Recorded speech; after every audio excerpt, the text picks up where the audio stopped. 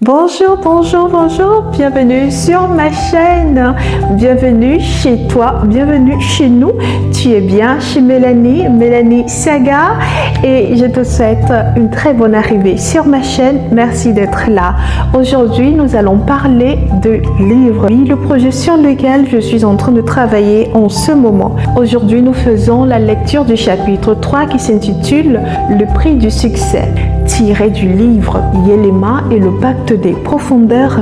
Je te mettrai tout en description si tu veux commander le livre. Si l'histoire t'a plu et tu veux commander, le lien est juste dans la description. Alors si tu es là, merci de me laisser un like, et si l'histoire te plaît, merci pour le commentaire que j'attends en bas.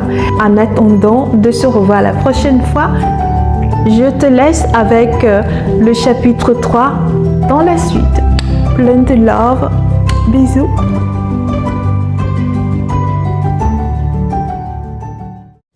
Un matin, un événement imprévu amena Kemi, un célèbre détecteur de talents dans le village de Yelema. Il était en route pour une conférence dans une ville voisine, mais une panne mécanique immobilisa sa voiture non loin du petit village. Plutôt que d'attendre un mécanicien, il décida d'explorer les environs. En flânant dans les rues, il fut attiré par un attroupement près du marché. Une voix céleste s'élevait, couvant les bruits des conversations et captivant tous les passants.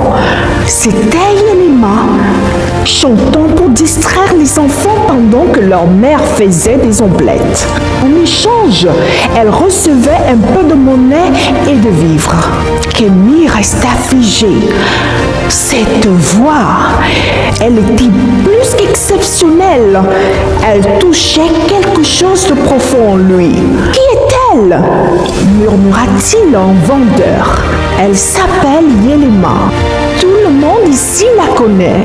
Une voix comme la sienne n'est pas pour notre petit village, répondit l'homme avec un sourire.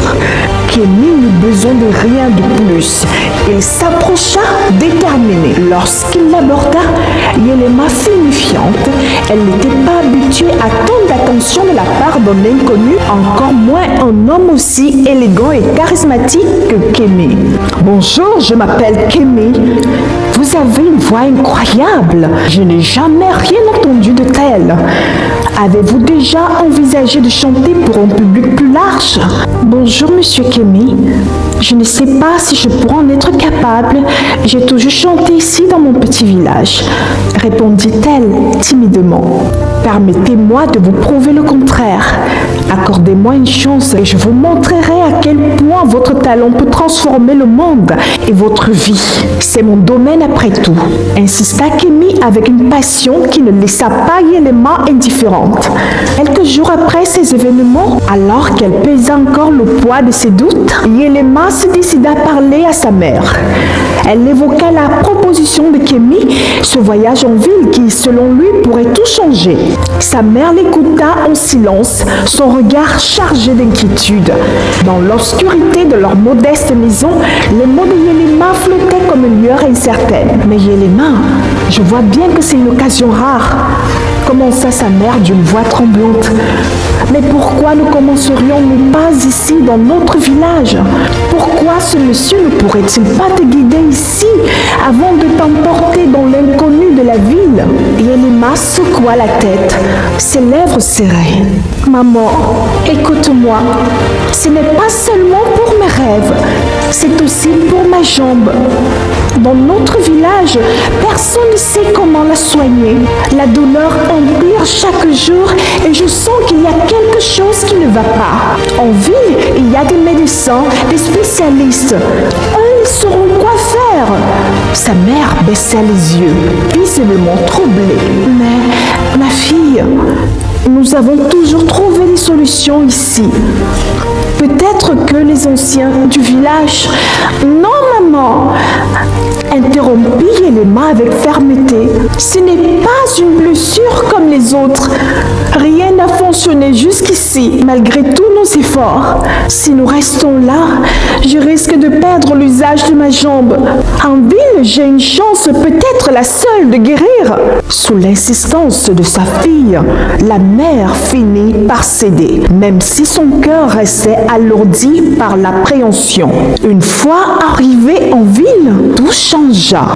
Grâce à Kémy, Yelema fut présentée aux meilleurs spécialistes, des médecins de renom, qui prirent soin de sa jambe avec une attention exceptionnelle.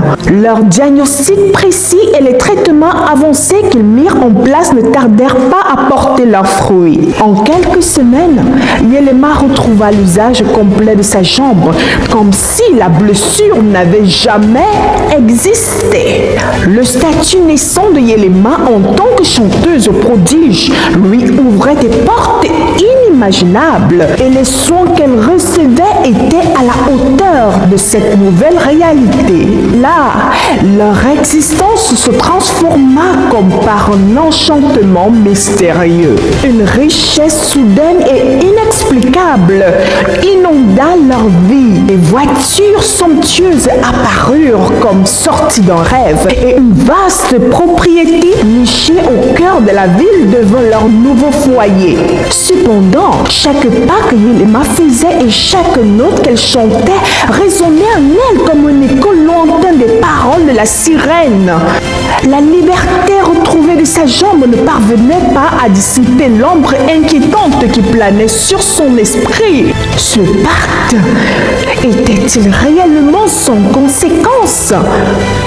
Le succès fulgurant qui semblait le sourire avait un goût étrange, presque amer. Des rumeurs commençaient à courir.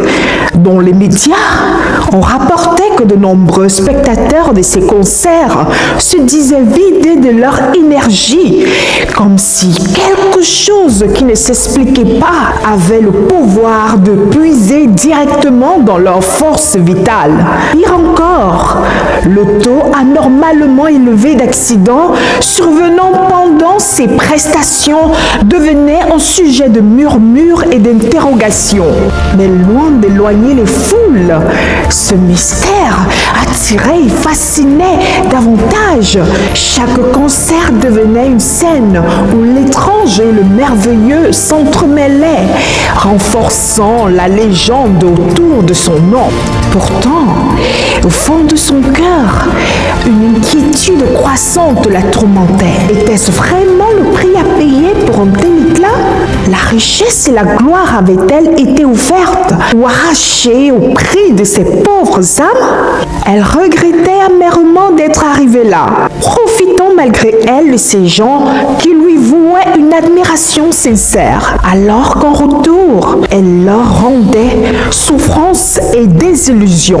À peine la gloire l'avait-elle effleurée qu'elle n'en voulait déjà plus. Si tel était le prix à payer, elle se sentait prête à tout abandonner. Chaque jour, ce fardeau s'alourdissait davantage et le porter seul devenait une épreuve insurmontable. Sa mère savait parfaitement que sa fille possédait un talent exceptionnel, mais petit à petit, elle se laissa emporter par le tourbillon de cette gloire soudaine, comme si le monde entier les avait choisis. Elle se disait que Yelema méritait amplement cette reconnaissance et que peut-être, enfin, le moment de gloire tant attendu était arrivé. Alors, elle s'abandonna aux douceurs de la richesse et à la prospérité qui semblait se déverser sur elle comme un flot magique. Pourtant, malgré cet éclat éblouissant, une vigilance intérieure demeurait en elle. Elle n'arrivait pas à se débarrasser d'un malaise, une sensation qu'il y avait quelque chose dans l'ombre qui veillait. Et elle n'avait pas tort de ressentir ce malaise, car il y avait l'ombre de la sirène qui planait. En effet, celle-ci surgissait parfois dans un miroir de la loge de la nouvelle star. N'oublie pas, Yelema. Plus tu chantes, plus je deviens forte. Et toi aussi. De plus, la sirène avait posé ses conditions. une pièce secrète dans leur maison où elle viendrait une fois par semaine à minuit. Personne ne devait entrer dans cette pièce, à l'exception de Yelema, et surtout, Yelema ne devait pas tomber amoureuse, ni se lier à un homme, sous peine d'une mort certaine de ce dernier. Cependant, malgré elle, Yelema commença à développer des sentiments pour Kémy. Il était toujours là pour la soutenir, la conseiller et la protéger. De son côté, Kémy était de plus en plus attirée par Yelema. Sa beauté, sa voix, sa douceur, tout en elle le fascinait. Tu sembles distante ces derniers temps, Yelema. Est-ce moi? As-tu peur de quelque chose? Demanda-t-il un soir après un concert. Non, ce n'est pas toi, Kémy.